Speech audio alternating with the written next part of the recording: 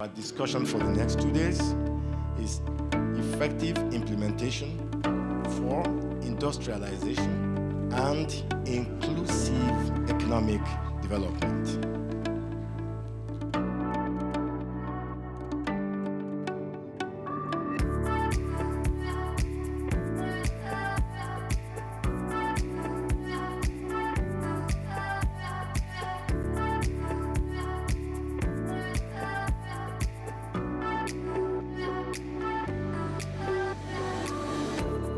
Like I said earlier, we have many distinguished Nigerians here. It's my privilege to moderate this session.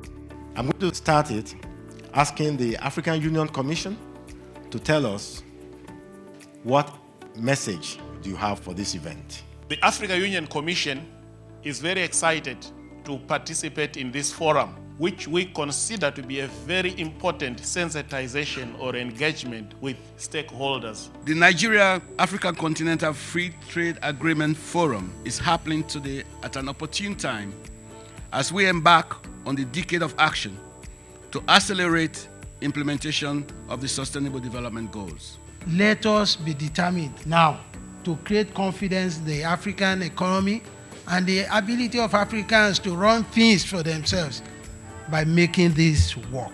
For a successful implementation of the African Continental Free Trade Agreement, government has constituted the National Action Committee to, amongst others, coordinate a wide range of actions at the domestic, regional, and continental levels. The AFCFTA in there, the objective for every country is about industrialization, food security, agricultural development, and then a very important regional value chain development.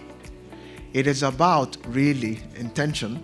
It is about coming together to be able to compete with the rest of the world. I think the nexus between peace and security on the one hand and trade on the other, I think it is even empirically proven that more trade is better for security than less trade. When you have an interest, when you are trading with your neighbors, you become a stakeholder in the peace of your neighbors and the other way around. We need to look at who are the players in AFTA that could probably help to alleviate poverty. The one tool that has never failed anywhere in the world to deal with poverty is job creation. It is key for us now to start preparing in terms of implementation. We have all the ingredients. Like we concluded at the end of our study was that we were not ready because some of those things that we require are still not in place, but we also recognize the fact that at the end of the day, it is a human problem, and that where there's a will, there really is a way.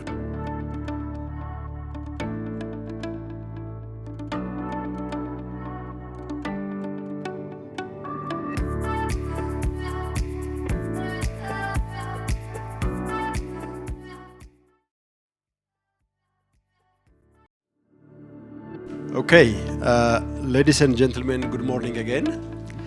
I have the privilege to moderate this plenary this morning, and the subject is ECOWAS responding to implementation challenges in West Africa.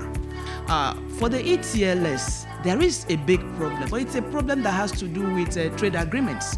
Agreements generally that those who negotiate are not the implementers. In West and Central Africa, women represent nearly 60% of informal traders. In South Africa, they even represent as much as 70%, which shows that these are a very critical segment within this trade. The truth is a majority of the trade in Africa is informal, and it could help in lifting people out of poverty. It could help in bringing people up to par to where they should be. But if our preoccupation is just to formalize them, then we're not looking to incentivizing them. We noted that the Western world, Western countries, namely America, Canada, Russia, UK, and Germany, are already positioning themselves to help in addressing infrastructure. if you really want things to move, I am not sure how you're going to do it successfully without a very, very strong and virile media campaign. This goes beyond stories in the newspaper. There should be predictability.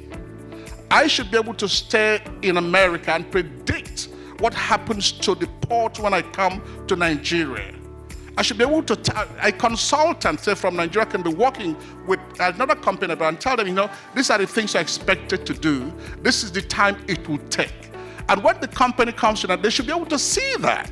But if you're not able to predict the system, therefore no investor brings in their money. The second thing is someone said that we don't have an investment policy. So I just wanted to explain to him that the Nigerian Investment Promotion Commission exists, and there are policies around what they do, and they have tax incentives that drive investment. The 100% repatriation of profits all fall under that framework. And we have a network of bilateral investment treaties all over the world called IPPAs.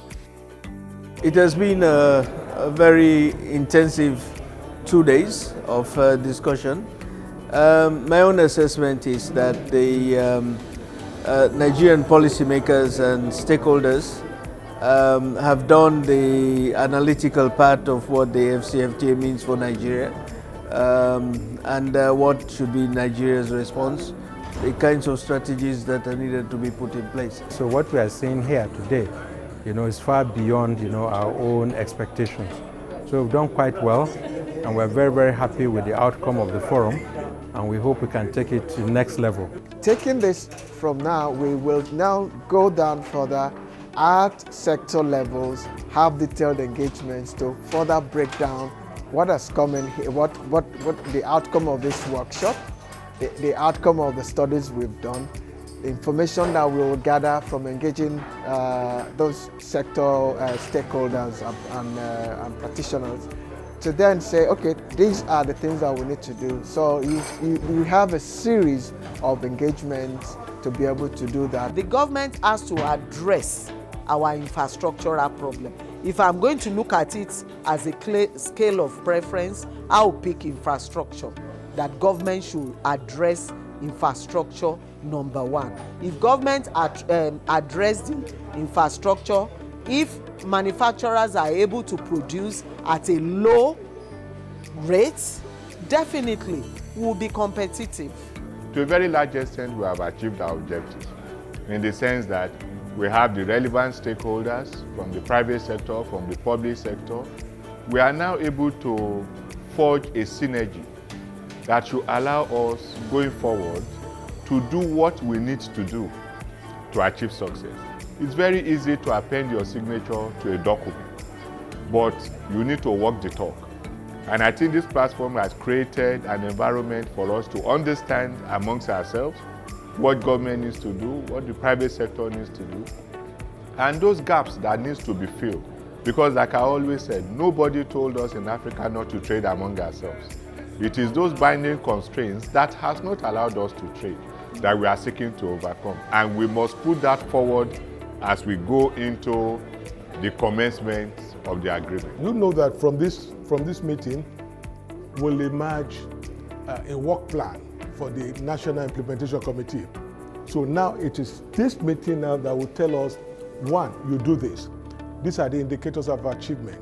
These are the partners that you are going to use for it. So we will divide all the work here and we'll start implementing. We as the United Nations system then will step in, will shoulder to shoulder, we will hold the hands of Nigeria, as it were, and offering whatever it is that needs to be offered in terms of assistance and technical support.